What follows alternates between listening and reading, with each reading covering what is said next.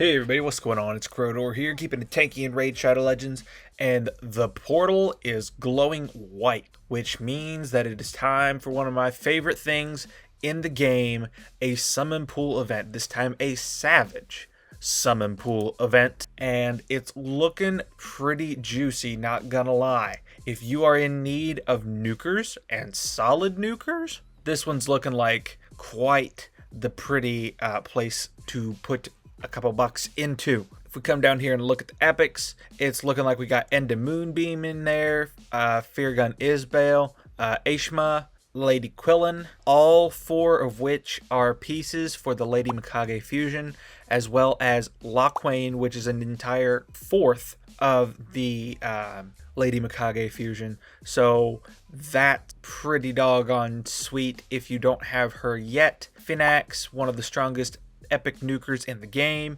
Rider Dythe, another one of the strongest epic nukers. He's fantastic with the amount of extra turns he can get his hands on. It's insane. Zargala, another solid nuker. Geo, one of the best epics in the game in PvE. And then Allure, still useful for normal Fire Knight, and the Dark Fae, although not nearly as crucial as she used to be. Listen up, guys. You can get Elenaril for free, as well as Fayne, Uugo, and Tagoar as you level up. Just click my link in the description. Here's the steps to go about getting yours. Log out of Plarium Play on PC and uninstall. This will not work on mobile unless you are downloading it for the first time. Click the link in the description and register with a brand new email. Launch Raid and complete the tutorial. Go to your inbox and claim your first champ. Don't miss out on your chance to get Elenaril for free, as well as 3 free epics. Just click my link in the description and enjoy this wonderful start to Raid. The other one that I would say is pretty sweet is Neldor Rhineblade. He can put out some good damage. He's a nice debuffer that's also really good in Fire Knight Hard with this triple hitter A1 with a 40% chance to freeze on each hit. And with his passive, whenever an ally places freeze, this champion has a 30% chance to attack the target with their default skills. So pair him with an accessible champion being Yakarl, a Void Legendary that you can get from the clan shop.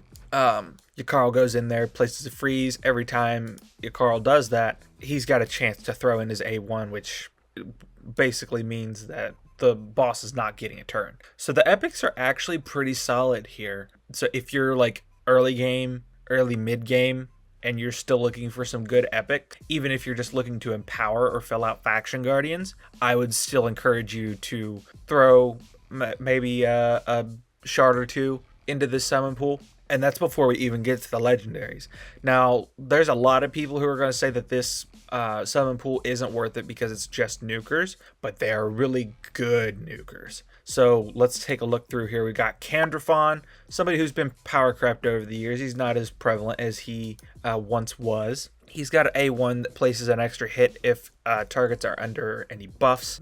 He's got an A2 that attacks all enemies, grants an extra turn, and resets the cooldown on his A3 if this attack kills an enemy. And then his A3 places Perfect Veil, increase attack, increase speed, and increase crit damage on this champion for 2 turns. Then we've got from the Shadows, his passive, damage increases by 40% while attacking under Veil or Perfect Veil. Receives 40% less damage while under Veil or Perfect Veil. Also boosts this champion's turn meter by 15% each time this champion receives damage while under a Veil or Perfect Veil. Does not work if this champion is the only alive ally on the team. And then the active effect, which is on a 3-turn cooldown, places Perfect Veil on this champion for 1 turn each time an enemy's turn meter is filled. It's a protected Perfect Veil. Then he's got attack in arena battles by 33%. Not a bad nuker, just not as relevant as he used to. A new nuker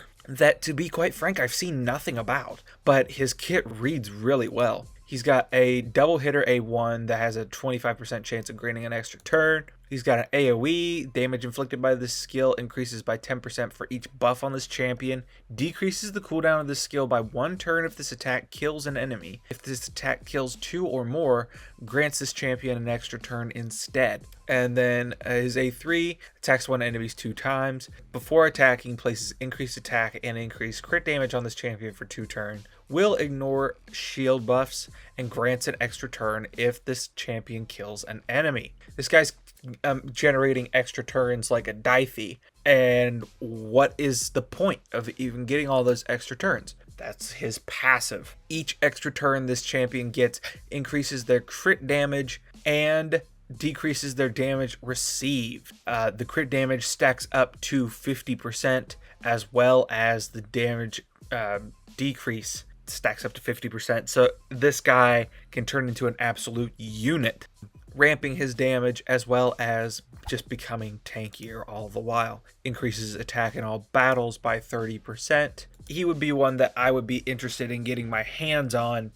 just because I've seen nobody do any content on him. I don't even know if anybody has him. And then we've got Moto of the Peel. Does some stuff with stuns and does some extra damage to like stone skin and whatnot.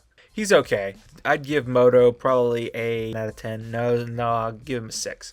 I'll give Moto a 6. Tagoar, based on the fact that I've never seen him play, just based on his kit, I'd give his kit like a 7 out of 10. It's really cool, but there's no like ignore defense in his kit. He ignores shield. That's it. If he ignored some defense, then he would be like an 8 or a 9. Candrafon, same kind of a problem. I'd give Candrafon like a 5. As far as legendary nukers are concerned, I'd give him like a 5. Just kind of middle of the road, nothing to write home about. Alright, the Ash Arrow places increased crit damage on his A1, does a double hit if the target is killed, also attacks the enemy with the lowest HP. It actually repeats the entire attack, so it's another double hitter that ignores 50% of the target's defense as well as unkillable and block damage. This skill is the only part that makes him good, in my opinion. I have him. I've tried to use him. I think he's on this account, so I might try to use him again, give him another shot. But from my playtesting so far, this skill is the only part that's worth using. It hits hard. It's good for countering champions like Leos and Siggies, who will put up the block damage or unkillable and just last, and really annoying. He will negate that. And then he's got an AoE that heals and fills a turn meter for each crit, and if it kills an enemy, places unkillable on him for 1 turn. Then his passive tries to counter Armand's, but again, his kind of lackluster, so outside of that A2, you're not going to get any value out of it. Basically, he increases his damage for an enemy reducing his or an ally's turn meter, and if it is dropped below 25%, then he'll place block debuffs on himself and grant an extra turn. But that affects on a 5-turn cooldown. You can keep up with Armand's greatest hits, which is what it's designed to do. He steals all the turn meter, but he puts up the block buffs, which means he can't be stunned, and then grants an extra turn and gets a nuke. It's an interesting strategy. I'd give him probably a 6 out of 10, because he does have ignore defense, and he's got a little niche use case, but he's nothing to write home about. Hefrak can still be annoying to this day. He's got a chance to place an extra hit. He's got an AoE that places an extra hit on targets with less than 50% HP after the first hit. Each hit ignores 15% of the target's defense, and then he buffs himself up with an extra turn, and a passive whenever an ally is killed by an enemy instantly activates his A2, and regardless of cooldown. That is on a 4-turn cooldown, so he's really only going to get it off once. I give Hefrak a 8 out of 10. Hefrak is still really solid to this day. Put him in Stone Skin, pair him with a really squishy like Wukong or something, and yeah, your chances are you're gonna get a kill off or 2 with that passive effect. Rhodos is still a 10 out of 10 nuker in my opinion. He is not without his counters, but he is still fan-stinkin-tastic. He does he places an extra turn. He's got the A2 that destroys max HP by 20%, then adds that HP to this champion's own max HP.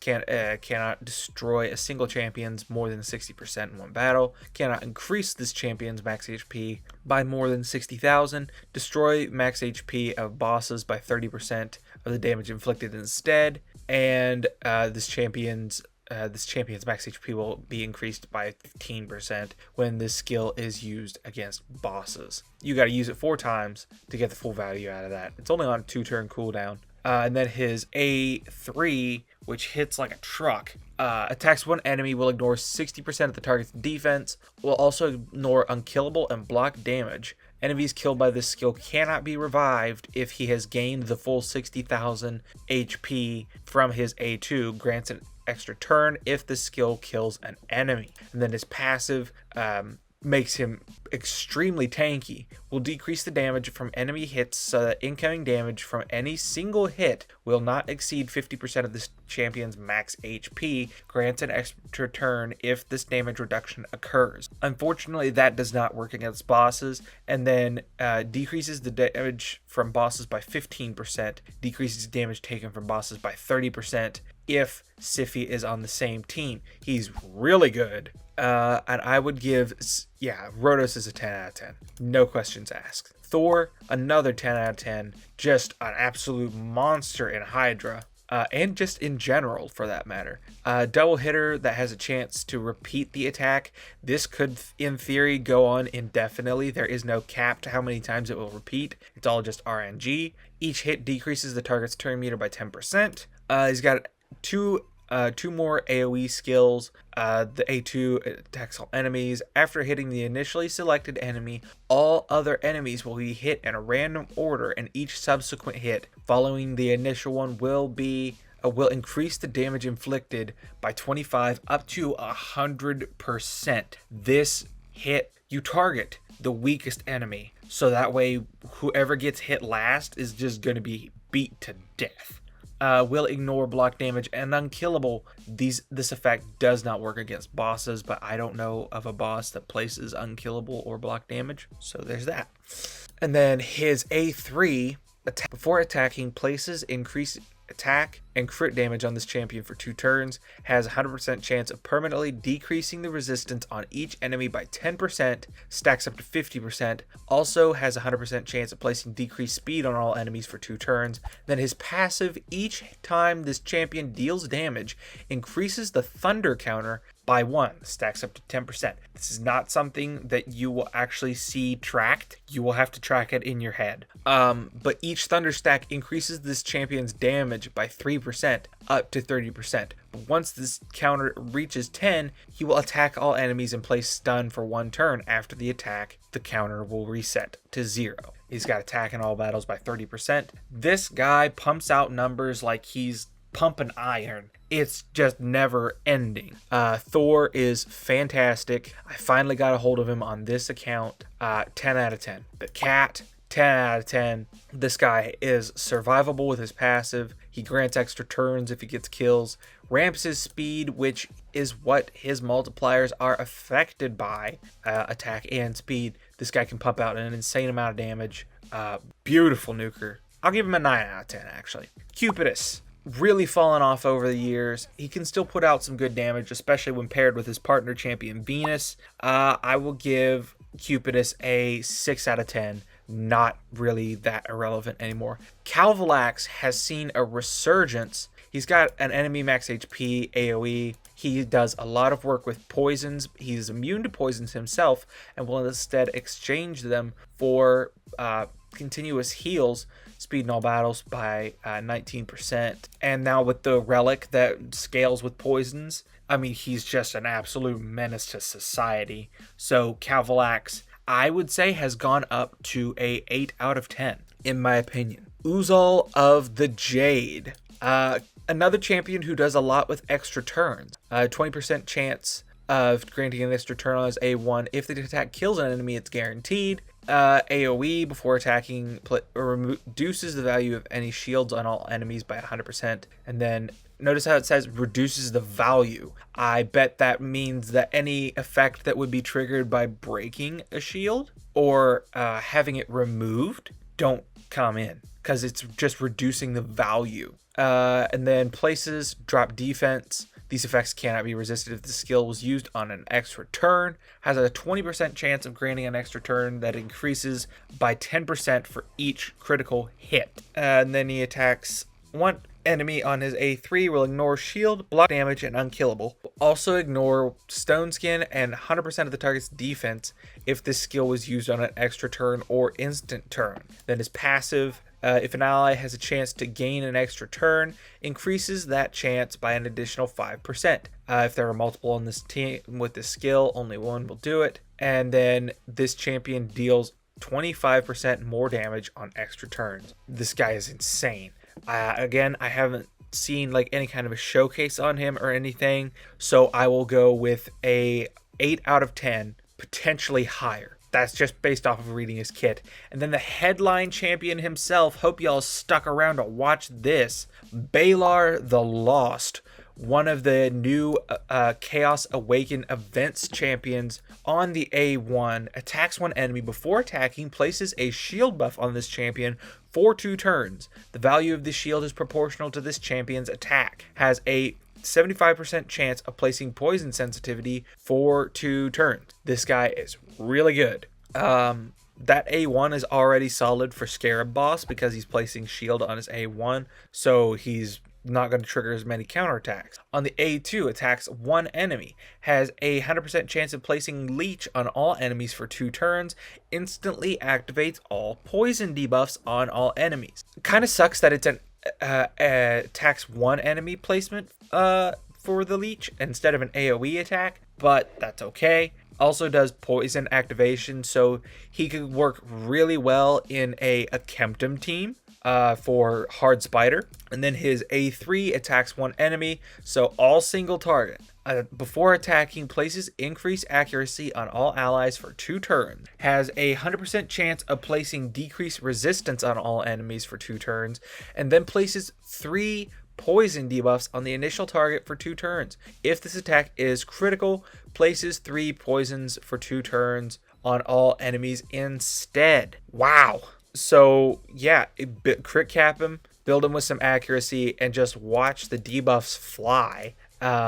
As well as the damage, more than likely. Again, especially with that new relic that ramps damage, or does extra damage, I should say, proportional to the poisoner's attack each time a poison does damage. And then his passive increases this champion's ignore defense effects by 1% for each poison debuff instantly activated by this champion, stacking to 20%. Fills this champion's turn meter by 5% whenever a poison is placed on an enemy. Again, take this guy into Spider hard, and that's effectively an extra turn when he uses that A3. Accuracy in all battles by 60. This guy is gonna do some work, especially again paired with something like an Akemptum. This guy will just absolutely melt because of that new relic. So yeah, do I think this Prism pool is worth going for? Absolutely. I think this headline champion alone